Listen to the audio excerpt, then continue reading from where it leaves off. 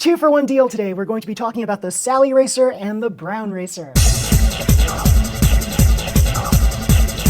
So yes, we're going to be talking about animal racers today. How cool would it be to win a race with an animal racer? Yes, they are not known to be super fast, most of them. In fact, a lot of them look kind of like this, and they have 5-to-1 gear ratios. Little Ryan, we've got Kumamon, we've got elephant car, we've got a wolf car, 2 wolf cars as a matter of fact. We've got a dragon car, a pig racer, an eagle, a dog, a cat. Whoa, so many different animals. And you know what? Most of them are slow, yes, at 5-to-1 gear ratios. Then they started producing 4-to-1 gear ratios, like the Panda Bear Racer, the red car, the red Panda Bear Racer, and the series of racers that were already pre-made, such as this 4-to-1 gear ratio pig racer, as well as others. Yes, but then they started doing something super cool.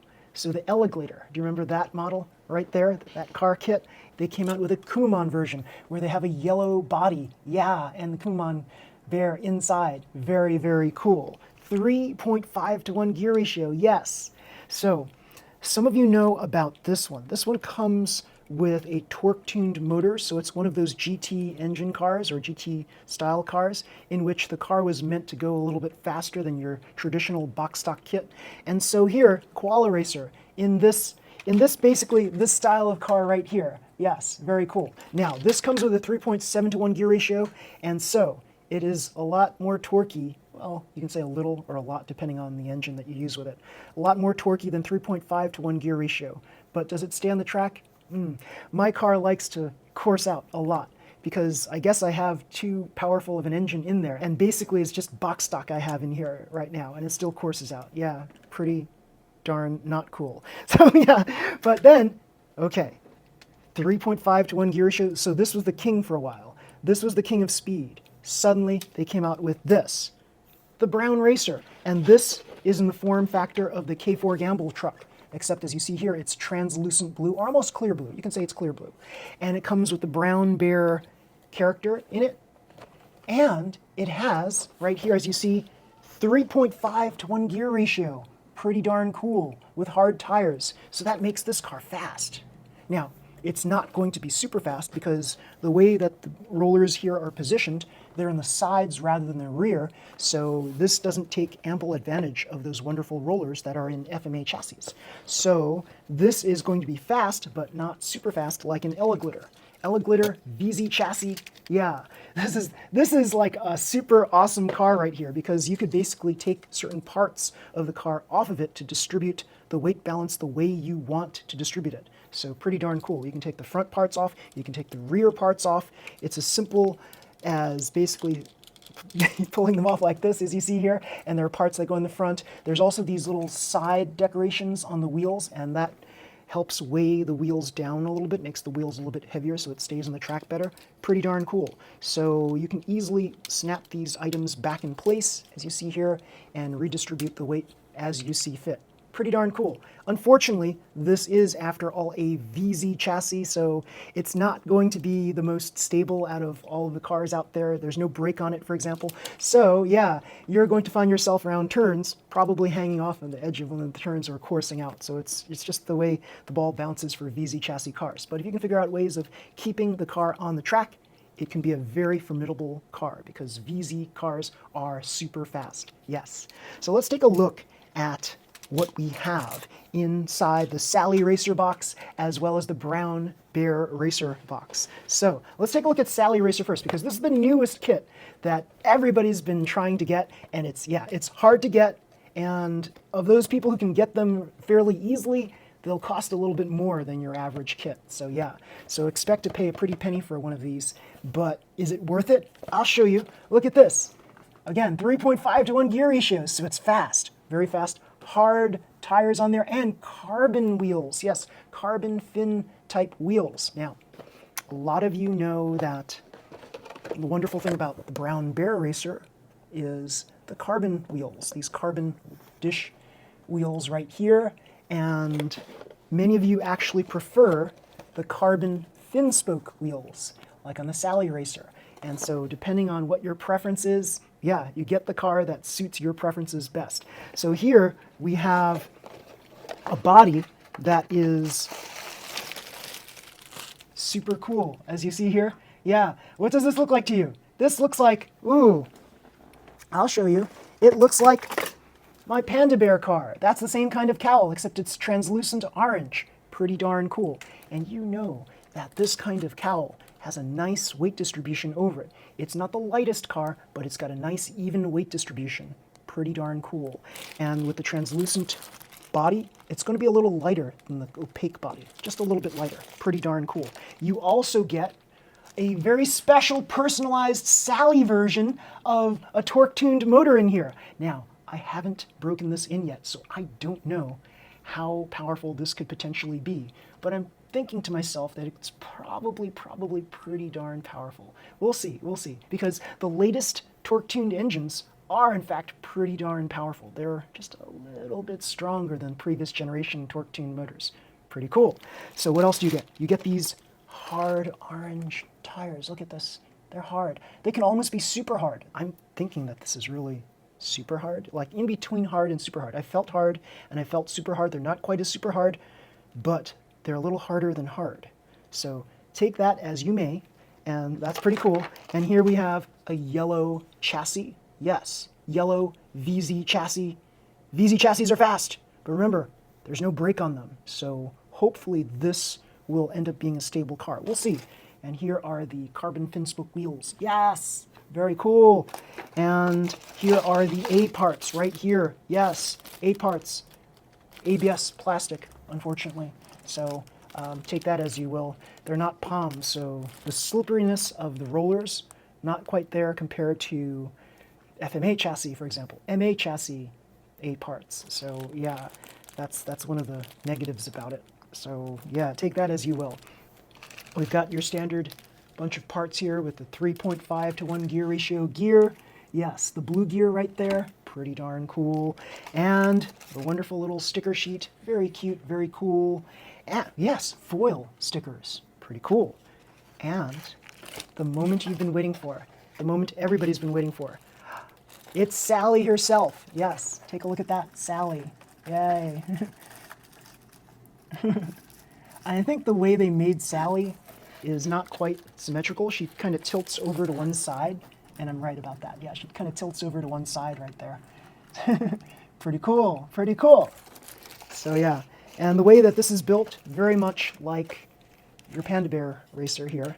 And the funny thing is, the Panda Bear Racer was originally a Super 2 chassis car, but I discovered that it seems to work better as a VZ chassis car. So I actually converted my Panda Bear Racer from Super 2 to VZ chassis long ago, because I knew that this is the way to go with this particular body shell. So yeah, I think somebody had the right idea, maybe me, I don't know, somebody had the right idea to basically just use this kind of body on a VZ chassis. And I would like to lay claim to that, but there are probably others who've done this too. So yeah, it's just a matter of like experimenting, right? And trying to put the body that you have on one car kit onto others.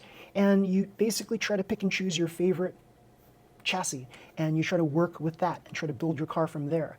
And it's all about how comfortable you are with that chassis. So for me, I've worked with Super 2 a lot, and I've discovered all of its pluses and minuses. And I've discovered, for myself anyway, I like VZ chassis better than Super 2 chassis. That's my personal preference. They seem to be faster. They seem to require less maintenance overall compared to Super 2. But your mileage may vary. Like some of you have turned into Super 2 wizards, and you've discovered that Super 2 chassis are the best for you, and your cars are super fast as Super 2, and your Super 2 cars are faster than VZ cars. But for me, my VZ cars are a lot faster than my Super 2 cars, for whatever reason that may be. So yeah, so that's why I decided, hey, let's turn this into a VZ chassis car. I'm so glad that they have a kit that kind of like meshes with my design philosophy on this kind of cowl, on that kind of chassis. Yeah, so VZ chassis for this particular kit, perfect for it. So yeah, now the tables are turned on anyone who's been racing this and winning with it, because now there are competitors out there. There's Sally Racer, and if you ignore the use of the torque tuned and just use a box stock engine for Sally Racer, you can race in box stock with this, and you will probably win a fair number of races, because it is a very awesome body slash chassis combination. Yes, very, very cool. So I recommend this kit highly. I'm going to build it myself, and I'm going to see if this yellow chassis has any sorts of weirdnesses about it, but I'm pretty confident that this is going to turn out to be a pretty cool and stable kit because it's not fluorescent yellow. This is a regular yellow chassis. Fluorescent yellow I'd have a little bit of issue with the fragility of the chassis, but with this solid yellow chassis, I have a lot more confidence in it. So yes, you can purchase this particular kit for $35 or so from Madtang. Yeah, pretty darn cool. And yeah, this is like so cool, so cool. He's got so many of them in stock right now. Go buy one. So yeah, very cool. So now we have here, I should have done a review of this kit a long time ago, but I didn't get this for the longest time because I thought that this was going to be another one of those disabled kits. And by that I mean 4-to-1, 5-to-1 gear ratio. I thought it was going to be crap. And then I suddenly find out that it too has a 3.5-to-1 gear ratio in it. So I don't know why more people aren't racing this because it's like, it's got the speed, right? Now, because it's heavy, because it's using the K4 Gamble body, it's going to be heavier than other cars. So what can you do to make this lighter? You basically omit the use of this cab right here. If you just remove the cab and you just have this as a wagon, basically a wagon with the bear in it, then you've got a cute racer still. It'll still be cute. And it'll be faster than if you had the cab on there because the cab adds a little bit of weight and probably for aerodynamics, it's probably not that good too. But the fact that it's towards the front, it will add extra weight to the front part. So a lot of you know that the K4 Tosh, the green truck, a lot of you know that's a slow truck. It's a 5-to-1 gear ratio truck, just like the K4 Gamble, the orange one. But in certain races where stability matters, it wins races. It just stays on the track. It's very difficult to get that particular truck to course out. This one with a 3.5-to-1 gear ratio, it's going to be easier to course out. And so you have to be careful with this. This is not going to win every race, and it's probably going to be something that will be formidable on certain tracks, but not all tracks. So you have to experiment with this and see how far you can go with it. Now let's take a look at what's inside, because I've been dying to get this kit for the longest time because of its cuteness factor. It was just that the cost was just so prohibitive for the longest time. Some people were charging $50 for this, and that's a lot of money. So I basically found out that, yes, Madtang also sells this. So I bought this from Madtang as well. And here, at the very top of the kit here, yes, dish spoke carbon wheels. And they feel really nice. I feel in my hands right now, I feel the carbon mesh that's intertwined in it. Like you can feel it. You can tell that this is not just like PP or ABS plastic that they're using here. This has a solid feel to it. So yeah, very, very cool. And then we have here the cab and the body, also in translucent. This is translucent blue. It's almost see-through, right? It is see-through, basically. So this is going to be a little bit lighter than the opaque ones, just a little bit lighter. And so yeah, very, very cool that everything here is colored in this way. So you can see through the cab and see your animals inside the truck. Very, very cool. Now, a lot of you love pink. So take a look at this. This is beautiful. This is an opaque pink chassis, FMA chassis.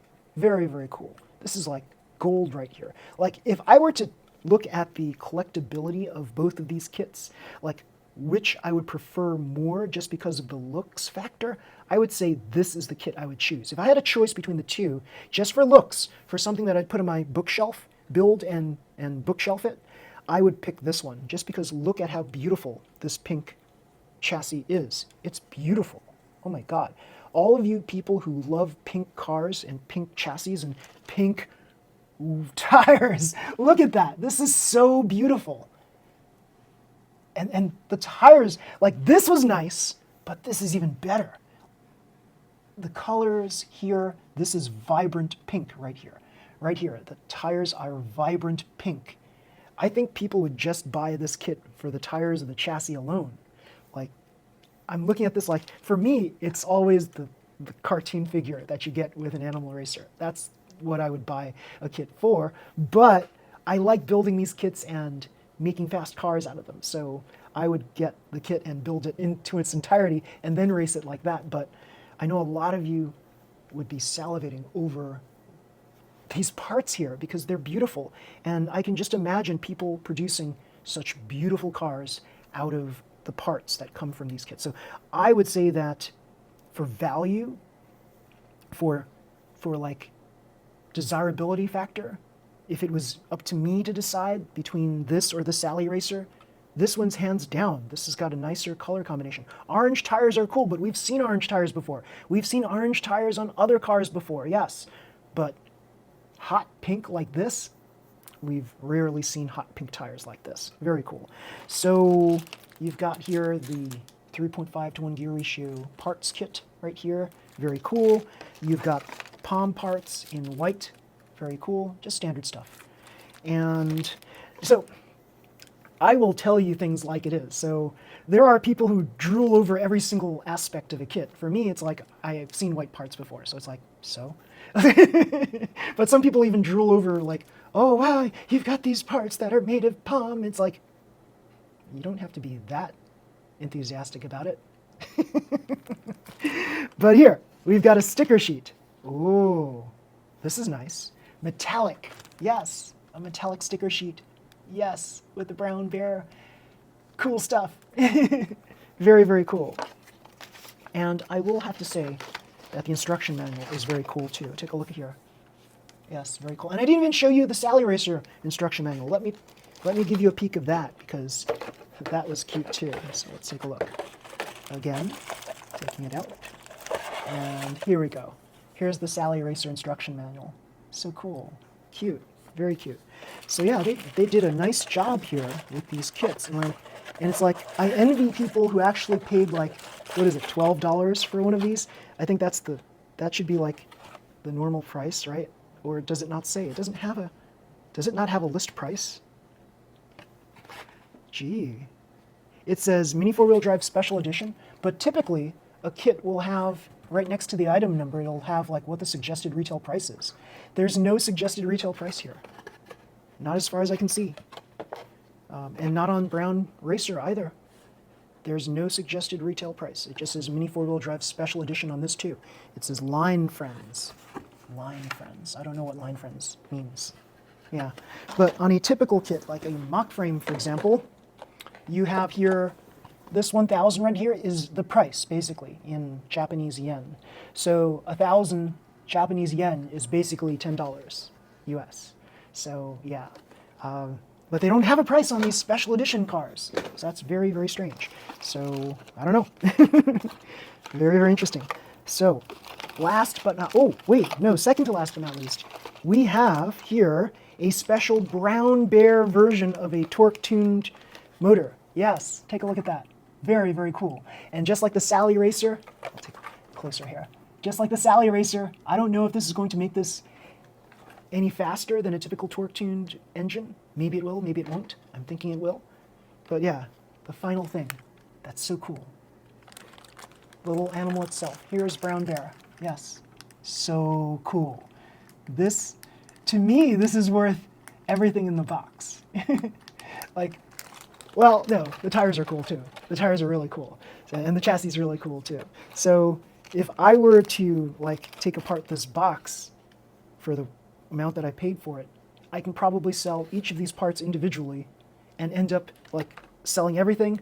I would gain more money than the actual price I paid for this box because I can sell various parts. $3. Oh, this is cool. $10. This is pretty cool too. $10.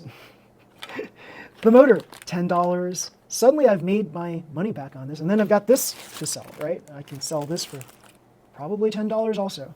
And the A parts, nothing, $2. This thing, $2. So you're looking at a potential of $14 more than what you paid for this kit if you were to sell each of these component parts individually. So yeah, take that as you will. Oh, wait, this, $10. $24 you can make on this whole kit if you were to buy your own and then just break it up and sell things individually. Yeah, that's the way to do it if you wanted to make money. So very, very cool. But this is my only kit. I'm going to either build it or keep it around, and I don't know, I think I want to build it because it looks so cute And who wouldn't want a car with pink tires? That's so cool. Very, very cool. This is so cool. And this is so cool. Sally Racer, Brown Bear Racer, 2 of the Mini 4-wheel drive special edition cars. Yeah. This is so cool. This is like Animal Racers gone super, right? So this was the first one that went super, right? 3.7 to 1 gear ratio, torque tuned motor, and you could race it with a box stock motor. But now these cars here are racing with a box stock motor, very formidable cars, and I would say they would go toe to toe against something like this Kumamon Eleglitter, which is a beast. Let me tell you, this is super fast, and you put the right motor in there, super fast, but you gotta make sure it stays on the track. This can literally destroy other cars if it stayed on the track. It's as fast as a mock frame, but it doesn't always stay on the track. Hopefully these other cars will stay on the track better. Yeah, very cool, very cool. So everybody, if you like this video, please slam the like button, subscribe to my channel, you'll see more videos just like this one. Until next time everybody, see you, bye.